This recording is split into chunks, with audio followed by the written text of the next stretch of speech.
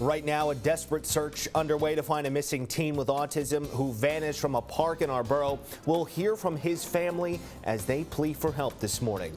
Plus, after countless protests to increase the minimum wage here in New York, a good sign handed down by state officials. And after going beyond his party's hardline stance on immigration, Donald Trump will be just feet away from the Mexican border today. As local news gets. News 12, Brooklyn. Good morning. Thanks so much for joining us. It is Thursday, July 23rd. I'm JT Fetch. We've got news and weather heading your way in just a moment. First, traffic with Natasha Geigel.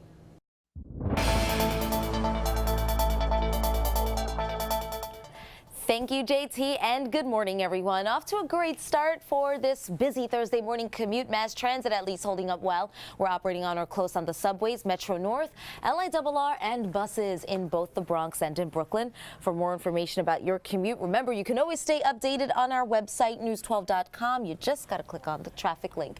So we're going to see what's happening out there on the roadways, and you see lots of delays. Cross Bronx in both directions approaching Jerome Avenue. It's starting to get very slow, along with the southbound side of the Deegan on the approach to the Cross Bronx. Southbound Bruckner, usual delays reaching the Hunts Point drawbridge, and you can see a little bit of traffic building up here as the southbound Bruckner becomes the northbound Deegan Expressway. Light traffic there on the New England Thruway as you approach the mall at Bay Plaza. Heading into Queens, I'm not seeing any major problems, but you can see the RFK Bridge. That's a little bit slow across the span. I would say about 10 minutes there. The Gowanus Expressway, that's very slow heading up to Cabot Plaza. We're also busy on the Cary Tunnel and the Williamsburg Bridge. Now, getting over into Queens over the Kosciuszko Bridge, that will also cost you a lot of time as well. Street cleaning rules in effect today citywide. I'll have another traffic update coming up.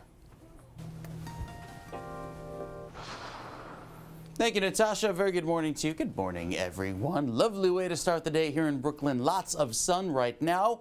And with temperatures beginning in the low and mid 70s, it will feel very pleasant right through this afternoon. 69, still a bit cool in Greenpoint, but as that sun warms us quickly this morning, it'll feel very pleasant into the afternoon. Mostly sunny skies all around Brooklyn today, with some thin clouds passing by overnight to our south. It just reinforces that dry, pleasant air that will be present all through today, just like yesterday. So it's a repeat of yesterday's fantastic weather. That low, humid feel will stick around right through this evening as temperatures climb into the low and mid 80s. I think throughout the overnight into tomorrow, it'll feel fine. A little bit of humidity works back in by Sunday, and that's also our next chance for rain. So we're dry until then, JT. All right, and we will enjoy it. Mike, thanks. We'll see you again in a few minutes. At this hour, a desperate search underway for a Bronx teen with autism who disappeared from a Brooklyn park. News 12 Brooklyn reporter Katie Lusso in East New York with the latest for us. Katie, good morning.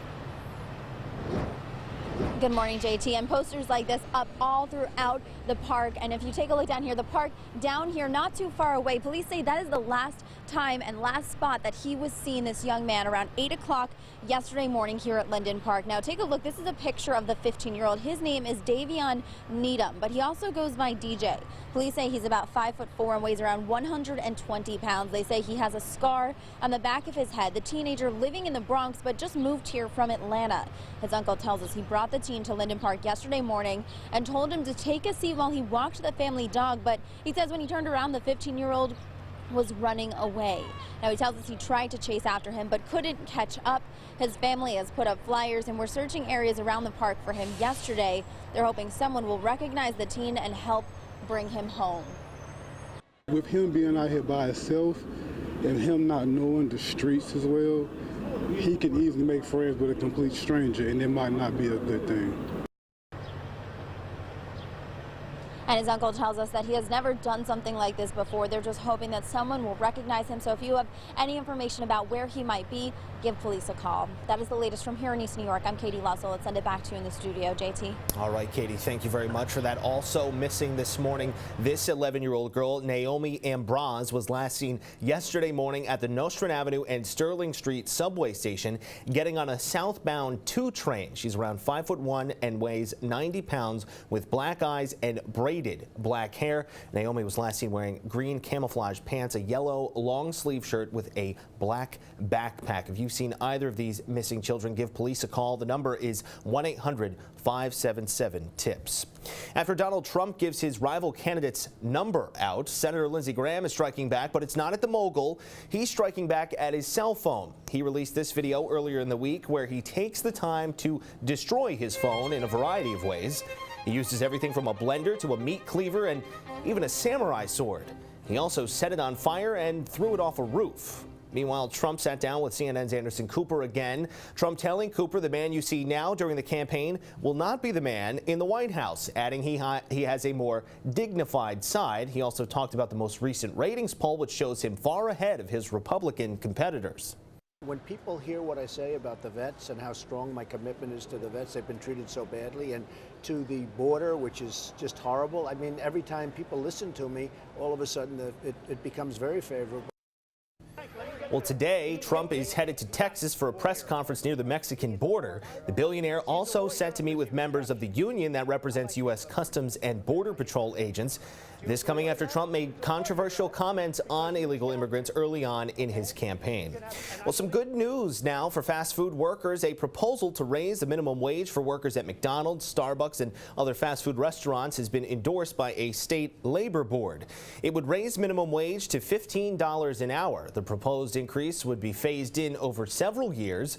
Workers would see their wages jump to $10.50 an hour by the end of this year and then $15 by the end of 2018. It would only apply to fast food restaurants with 30 or more locations. I'm JT Fetch. You're watching News 12 Brooklyn on a Thursday morning. Coming up, the city hoping to encourage more educators to teach preschool what they're doing ahead.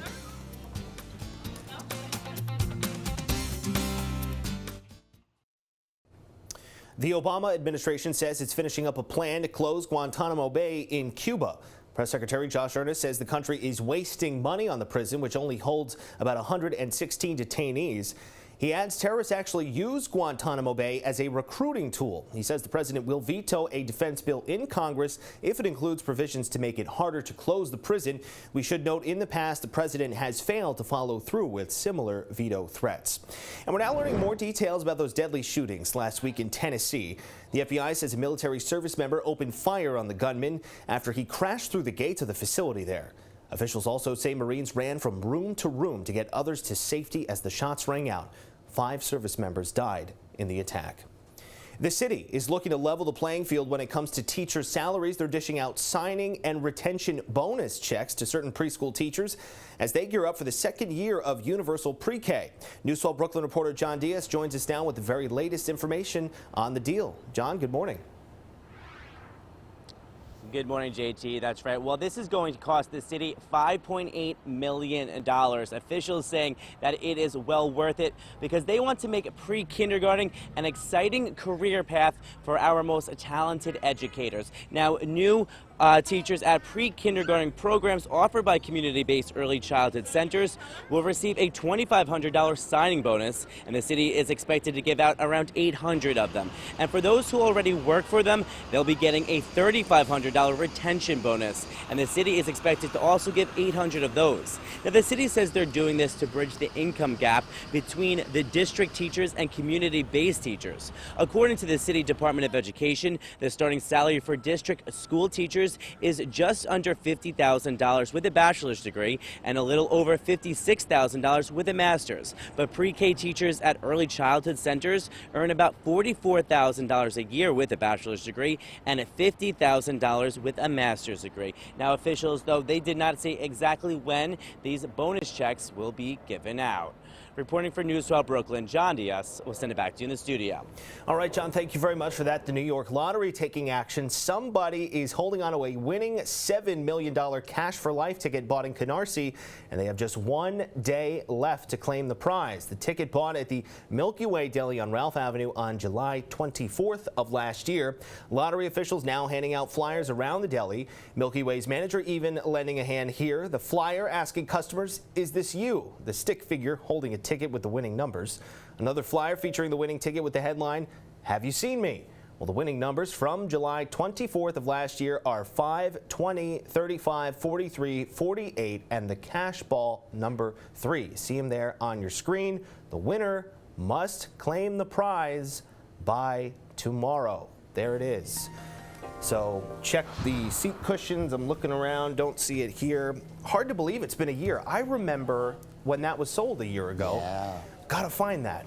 Hope they claim it. And before you know it, we'll be right back to those cool winter seasons. Oh, you know. yeah. So enjoy the sunny, warm weather today, because before you know it, we'll be right back to the humidity. This was the scene outside along Jamaica Bay this morning. So much sun, like the painted brush strokes there in shades of orange. Thanks to Lou for sending that in. Our forecast keeps mostly sunny skies around and a nice dry feel, as opposed to the humid start we had this week. 85 with a seasonably dry forecast ahead. Temperatures tonight cool off into the mid-60s, and it will feel pleasant even going into tomorrow. Now, the 7-day has dry weather remaining right through Saturday, so it's like this humidity takes a little vacation, but the muggy weather comes back on Sunday with it. Some rain showers, likely some extra clouds, giving us a mostly cloudy finish to the weekend. I think Monday, Tuesday, and Wednesday, high humidity is here and temperatures begin to rise as well. Stick around. Natasha's traffic coming up in 2 minutes.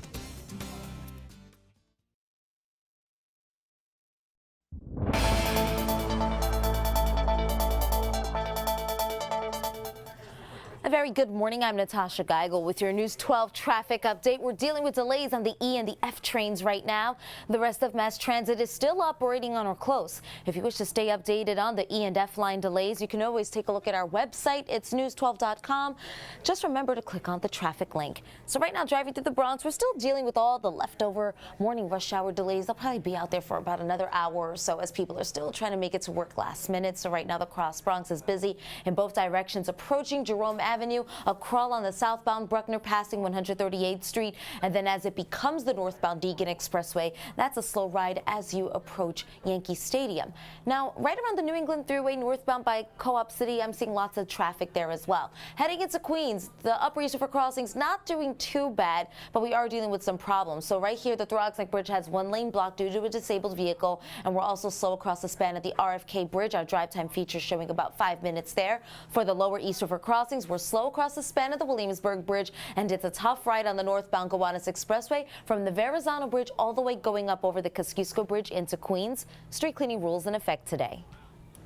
Natasha, thank you for a local look at your traffic and weather conditions and your latest news throughout the day. You can check out the News 12 family of apps. Just go to the App Store or Google Play, type in News 12 Interactive. You can download them for free. Well, a new video is sparking questions about the actions of the NYPD. Did they use excessive force? A Brooklyn lawyer says yes, and that her client is suffering after being punched by an officer at a Bed-Stuy grocery store earlier this month. Here's the video. You can see Thomas Jennings has his hands up and doesn't appear to be a threat. Then you see the NYPD officer punching Jennings in the head while another hits him with a baton. Police were called after Jennings was accused of stealing pizza from a nearby restaurant, but his lawyer says her client did pay and the officers went after the wrong person.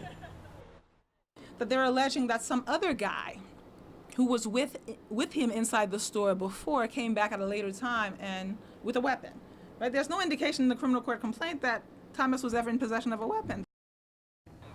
The NYPD's Internal Affairs Bureau is reviewing that tape, and the district attorney's office is investigating. Right now, police are looking for 2 men who attacked another man in Williamsburg, and it may have been racially motivated. This is a sketch of one of the men police are looking for. Cops say on July 19th, he and another suspect approached a 25-year-old man near Leonard and Jackson Streets and made racial remarks to him. They then knocked him off his bicycle and punched and kicked him while he was on the ground. He was treated and released at Woodhull Hospital. And cops are searching for this man. They say he robbed another man's iPhone. Officials say on July 13th, a 32-year-old was sitting on a southbound L train while it was stopped at the Lorimer Street station when the suspect reached right into the train and took the victim's phone before running off. If you think you have information that might help police, give Crime Stoppers a call at 1-800-577-TIPS. Remember, all calls are kept confidential. 12 on health now. The IRS has collected more than $1 billion from Americans who have not gotten health insurance. According to the federal agency, 7.5 million Americans paid an average penalty of $200 for not having health insurance in 2014. That's more than the 3 to 6 million households the government estimated would pay the penalty. I'm JT Fetch, and this is News 12 Brooklyn, as local news gets. Still coming up this morning, the gloves are off, and Katy Perry enters the ring, joining the ongoing Twitter debate between T-Swift and Nicki Minaj. We'll have that first. Here's meteorologist Mike Favetta with your surf and turf forecast. Great. It's going to be a beautiful afternoon to hit the waves. There won't be many, nor will they be that high, but at least you'll be able to cool off by the beaches as air temperatures climb into the mid-80s. Yeah, it's not that hot. We'll tell you all about the humid weather returning for next week. Coming up, we're back in 2 minutes.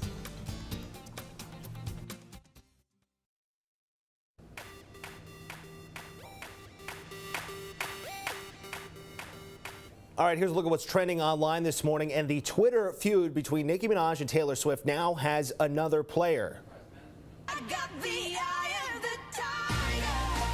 Katy Perry's Eye of the Tiger apparently has its sights set on Swift.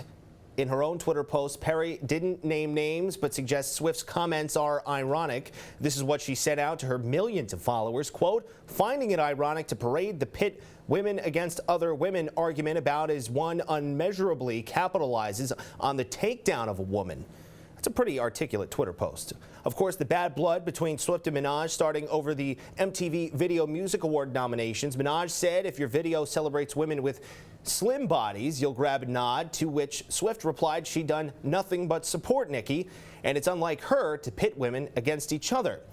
And rumors are burning up. LeBron James could star in a possible follow-up to Space Jam. The NBA Star's production company has entered a partnership with Warner Brothers. James has not been shy in admitting he would like to make a sequel to the 1996 film that starred Michael Jordan and the Looney Tunes characters. But when we get together, it just all works out. And she's still got it. Take a look at Paula Abdul and James Corden bringing Abdul's classic 1989 hit Opposites Attract to life. Corden even doing MC Scat Cat proud. The two even got between the sheets for one of the more memorable scenes when the two get cozy in bed. All right, time to get you out of bed and out there to the beautiful weather we're experiencing in Brooklyn, right? It is fantastic today.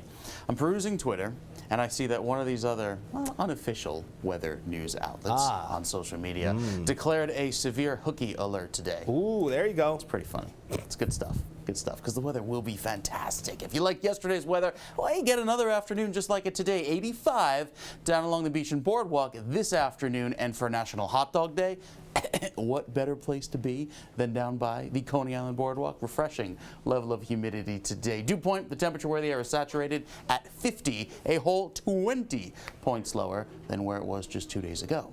Now, with the low level of grasses shown here, if you're walking by a fresh cut lawn, that's going to be higher. But I think with the mold spore count on the way down, thanks to the very dry air, it'll probably be none to low by this time tomorrow.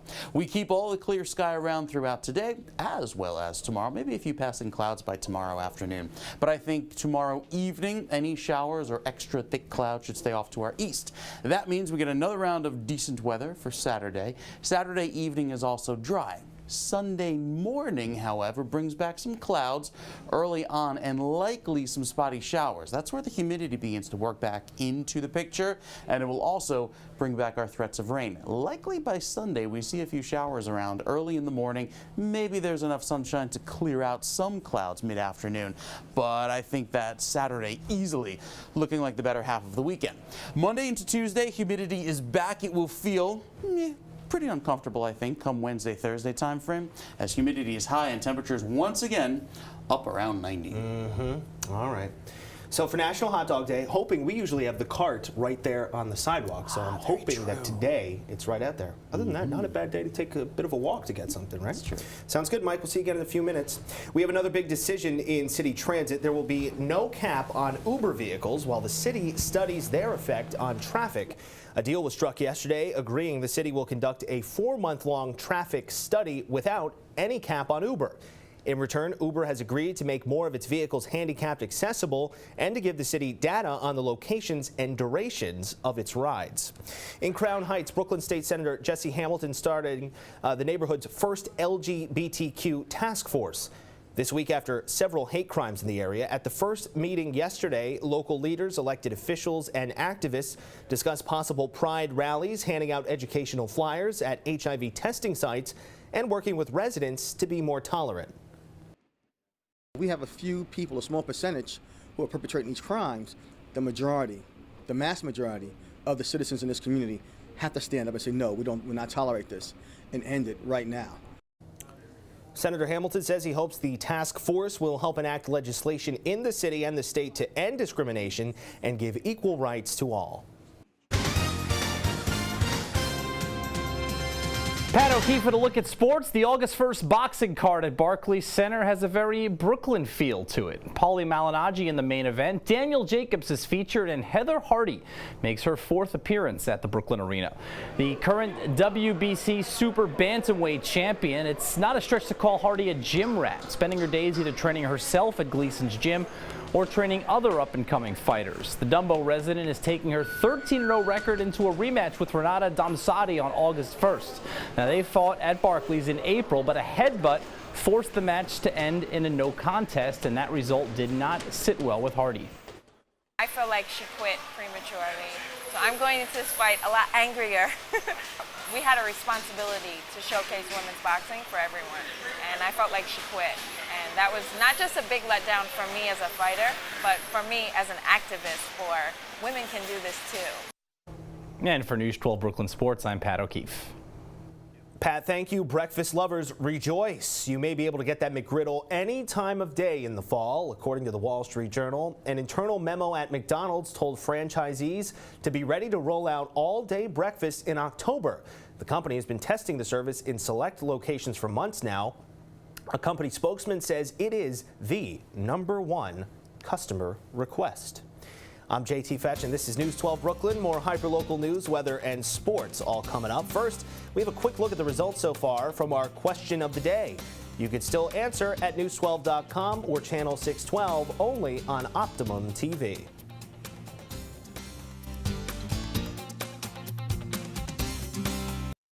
When you see news happen or have an interesting story, call us at 718-861-6818. Email us at news12ekln@news12.com. Message us on Facebook or Twitter. News 12 Brooklyn, as local news gets.